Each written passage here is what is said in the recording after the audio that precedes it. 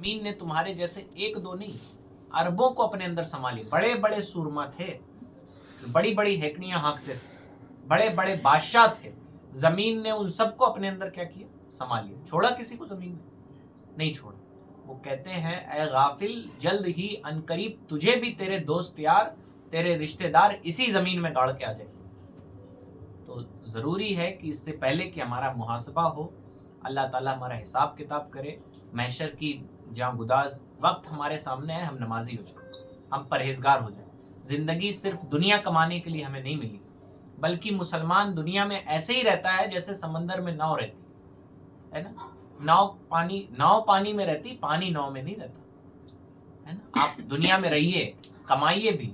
آپ شادی بیاہ, دین اسلام آپ سے مطالبہ ہی نہیں کرتا. کبھی سنا کسی مولانا نے کہا شادی نہ کرو, کسی مولانا نے کہا بچے پیدا نہ کرو؟ ہمارے بچوں سے تو غیر پریشان ہے کہ نہیں؟ ان کو فکر پڑی ہوئی ہے, رزق دینے والا اللہ ہے, آپ اولادوں کی پیدائش سے پریشان ہوتے ہیں نا. تو بہرحال کبھی سنا آپ نے کسی مولانا سے؟ ہمارے مولانا صاحب تو یہ کہتے ہیں کہ نکاح آدھا ایمان ہے. کہتے کہ نہیں کہتے؟ آپ کو دین اسلام نے دنیا سے نہیں روکا, لیکن جب آپ شادی کیجئے تو اپنے فرائض کو بھی سمجھیے. ایسا نہ ہو شادی کے بعد آپ ماں کی نافرمانی کریں. نبی علیہ السلام نے فرمایا قیامت کی نشانی ہے کہ لوگ ماں باپ کے نافرمان ہوں گے اور دوستوں کے فرما بردار ہوں گے. آج وہ دن نہیں آ گیا کہ بچہ دوستوں کے ساتھ ہا ہا ٹی ٹی کر کے آتا ہے, چائے پی کے آتا ہے, گھر میں اماں نے پوچھ لیا کہاں سے, تم سے کیا مطلب ہے, اکھڑ کے بولتے ہیں ہم اپنے ماں باپ سے. آج وہ وقت ہمارے اوپر آ چکا ہے. نتیجہ اس کی وجہ یہ ہے کہ ہم دین اسلام سے دور ہیں. ہمیں معلوم نہیں کہ ہمیں زندگی گزارنی کیسے. اور یاد رکھیں, اگرچہ دنیا والے آپ کو جانور نہیں کہتے ہیں, لیکن ایسی زندگی کو جانوروں والی زندگی کہتے ہیں میرے بھائی, ہے نا. زندگی وہی زندگی ہے جو اللہ رسول کے احکام کے مطابق بتائی جائے. آپ اپنے بارے میں کیا جانتے ہیں؟ ڈاکٹر اتنے زمانے پڑھتا ہے انسانی جسم کے بارے میں, پھر آخری میں کہتا ہے اب میرے بس کی بات نہیں. سب سے زیادہ اگر آپ کے بارے میں کوئی جانتا ہے تو آپ کا خالق, بنانے والا ہے. اور دنیا کا بھی یہی رول ہے. موبائل آپ کبھی کبھی جاتے ہیں ہم لوگ موبائل بنوانے, تو یہاں انڈیا والے کہتے ہیں یہ سعودیہ کا مینوفیکچرڈ موبائل ہے, یہاں اس کو بنایا نہیں جا سکتا. جس نے بنایا وہی اس کے بارے میں زیادہ جانتی ہے, فطری چیز. تو ہمیں کس نے پیدا کیا؟ اللہ تعالیٰ. تو یقیناً جو اس کے احکام ہیں وہی ہمارے لیے مفید. اب آپ موبائل چلائیں سیمسنگ کا, اور جو ہدایت ہے وہ فالو کریں ویوو کی, تو کبھی آپ کو موبائل سکسیز ہوگا؟ سیمسنگ والے کہتے ہیں یہ واٹر پروف نہیں, میں مثال دے رہا ہوں. آئی فون والے کہتے ہیں 15 منٹ کا واٹر پروف ہوتا ہے نا موبائل, 15 منٹ 20 منٹ.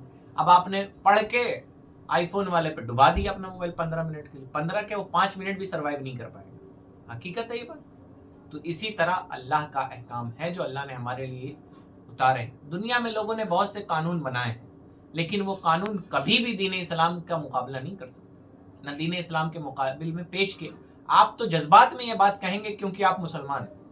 مسلمان کے سامنے کہا جائے کہ دین اسلام سے بہتر کچھ نہیں, ہاں بے شک ہے کہ نہیں, نعرہ بھی لگا دیتا ہے. لیکن ہم جذبات میں یہ بات نہیں کر رہے, بلکہ ہم تحقیق کی روشنی میں آپ سے یہ بات کہہ رہے ہیں, ریسرچ کی روشنی میں ہم آپ سے یہ بات کہہ رہے ہیں. اور آپ کو چاہیے کہ آپ دین اسلام پہ عمل کر کے دیکھیں. نماز یہ کہنے سننے کی چیز نہیں. آپ کی والدہ کہتی نماز پڑھو, ہم کہتے ہیں نماز پڑھو, مولانا صاحب کہتے ہیں نماز پڑھو. نماز کرنے کی چیز ہے. آپ کر کے دیکھیے آپ کو زندگی میں کتنا بدلاؤ اور کتنا سکون نظر آئے گا, کتنی برکتیں آپ کو اپنی زندگی میں نظر آئیں گی, یہ بیان نہیں کی جا سکتی. تو نمازوں کی پابندی کیجیے.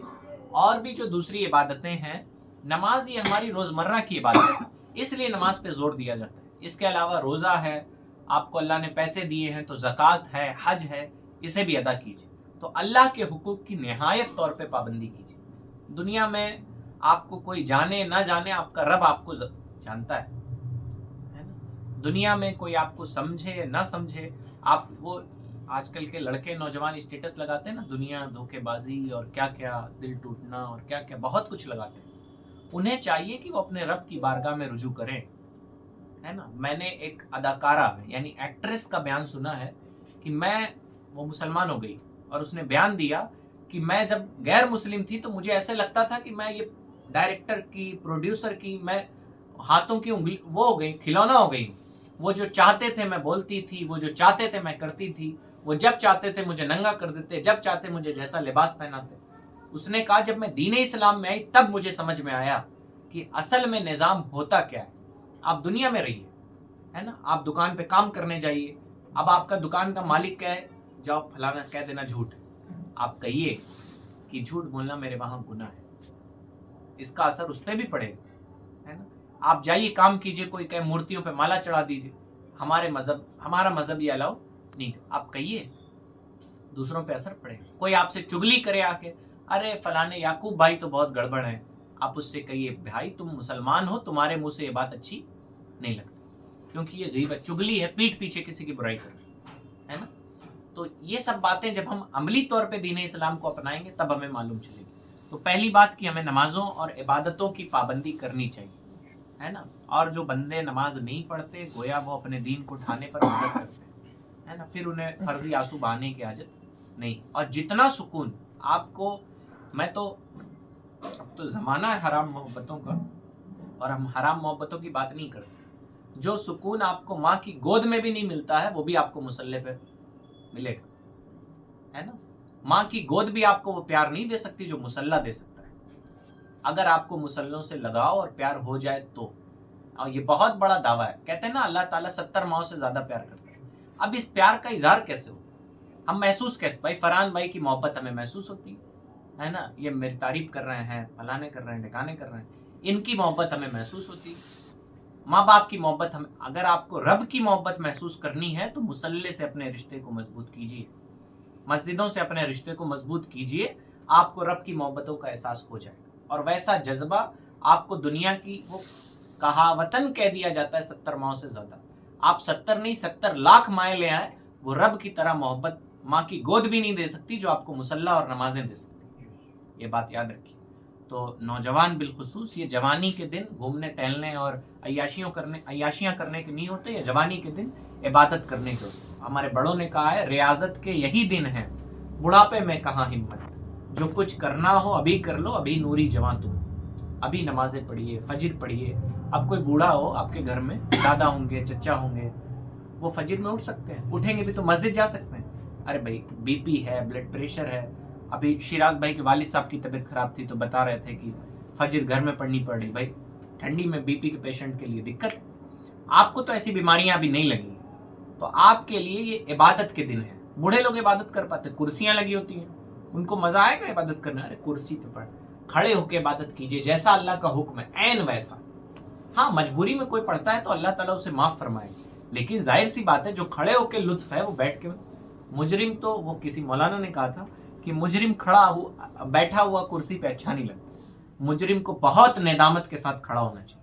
और हम अल्लाह की बारगाह में हमें बतौर मुजरिम खड़ा होना चाहिए कि हम गुनाह करके आए हैं, या अल्लाह हम दुनियादारी करके आए हैं, हम तेरी बारगाह में आए, जो भी पिछले गुनाह हमें माफ कर, है ना। और ये यकीन होना चाहिए कि अल्लाह हमें देख रहा है। तो पहली बात कि नमाजों की पाबंदी कीजिए। और दूसरी बात, दीन इस्लाम सिर्फ आपको नमाज ही नहीं देखना चाहता, ये सिर्फ मस्जिद का दीन नहीं है साहब। कोई कहे कि मुल्ला की दौड़ घर से मस्जिद तक, मुसलमान तो कुएं की मेंढक होते हैं, ये सब फर्जी बातें हैं। दीन इस्लाम आपको सिर्फ मस्जिदों में नहीं, दीन इस्लाम आपको मुआशरे में एक अच्छे इंसान के तौर पे भी देखना चाहता है। दीन इस्लाम चाहता है आप एक अच्छे बेटे बनिए, आप एक अच्छे शौहर बनिए, आप एक अच्छे बाप बनिए, आप एक अच्छे घर के सरपरस्त बनिए। दीन इस्लाम ये चाहता है। यही वजह है कि नबी अलैहिस्सलातु वस्सलाम ने अपनी वालदा के बारे में, नबी अलैहिस्सलाम की वालदा का इंतकाल कब हुआ था मालूम किसी को? जब नबी अलैहिस्सलाम की उम्र 6 साल के करीब है ना। और मोहब्बत का इजहार कैसे करते हैं कि नबी अलैहिस्सलाम अपनी वालदा की कब्र मुबारक पे जाते तो यूं अपने दोनों पांव खड़ा करके और अपना मुंह मुबारक ऐसे अंदर करके, तब वो अल्लाह की बारगाह में रो रो के उनके लिए दुआएं करते। ये होता है इजहार मोहब्बत। और माँ बाप ये जाने के बाद अगर आप इनके रोते हैं, गम मनाते हैं, जिनके माँ बाप जिंदा हैं उन्हें अपने माँ बाप की कदर करनी चाहिए। और नबी ने भी कहा है खाक आलूद हो जाए उसकी नाक, खाक आलूद हो जाए उसकी नाक, यानी दुनिया में वो जलील, खाक आलूद मतलब दुनिया में वो, दुनिया आखिरत का जिक्र नहीं, वो जलील हो जाए। 3 बार कहा नबी ने। तो लोगों ने पूछा कौन या रसूलल्लाह? फरमाया जो अपने माँ बाप को बुढ़ापे में पाए और उनकी खिदमत करके जन्नत में ना जा पाए, है ना। और कभी कभी ऐसा होता है, हमने पढ़ा है बुजुर्गों की किताबों में, कि बंदा अपने आप को तौबा करने वाला समझता है, बंदा अपने आप को जन्नती समझता है, लेकिन क़यामत के दिन ये भी होगा कि वो जन्नती नहीं होगा। सोचेगा मैंने तो तौबा कर ली, गुनाह माफ हो गया, लेकिन उसने क्योंकि वो तौबा पे कायम नहीं था। जैसे आप अभी तौबा महफिल के आखिरी में हम लोग कराते हैं, तो आपने तौबा की, फिर नमाजें छोड़ दी, तो आपकी तौबा कोई काम की? तौबा के लिए इस्तिकामत, यानी आने वाले वक्त में उन कामों को छोड़ देना जो बुरे काम है, ये जरूरी है।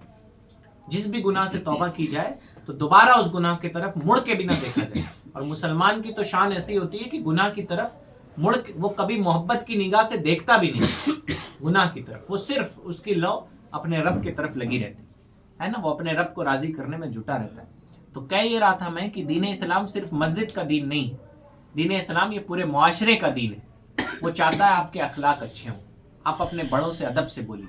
लेकिन मेरे प्यारे भाई, आज हमारे मुआशरे में गाली गलौज, बड़ों की बेअदबी, हुल्लड़बाजी, अय्याशियाँ इतनी आम हो चुकी हैं कि हमारे मुस्लिम मोहल्लों से गुजर जाइए तो आपको लगेगा हम किस जहन्नम से गुजर रहे हैं। ये हालात है, इतनी गंदगियाँ, छोटे छोटे बच्चों का गालियाँ बकना, एक दूसरे को बुरा भला कहना, एक दूसरे से नफरतें करना, ये हमारे बीच पाया जाता है कि नहीं पाया जाता? बोलिए भाई, पाया जाता है। तो ये बदलेगा कौन? कौन बदलाव करेगा? हमें ही अपने आप को बदलना होगा। अल्लाह ताला ने हजारों साल पहले नबी अलैहिस्सलाम के जरिए अहकाम हमें दे दिए हैं कि हमें ज़िंदगी कैसे बितानी।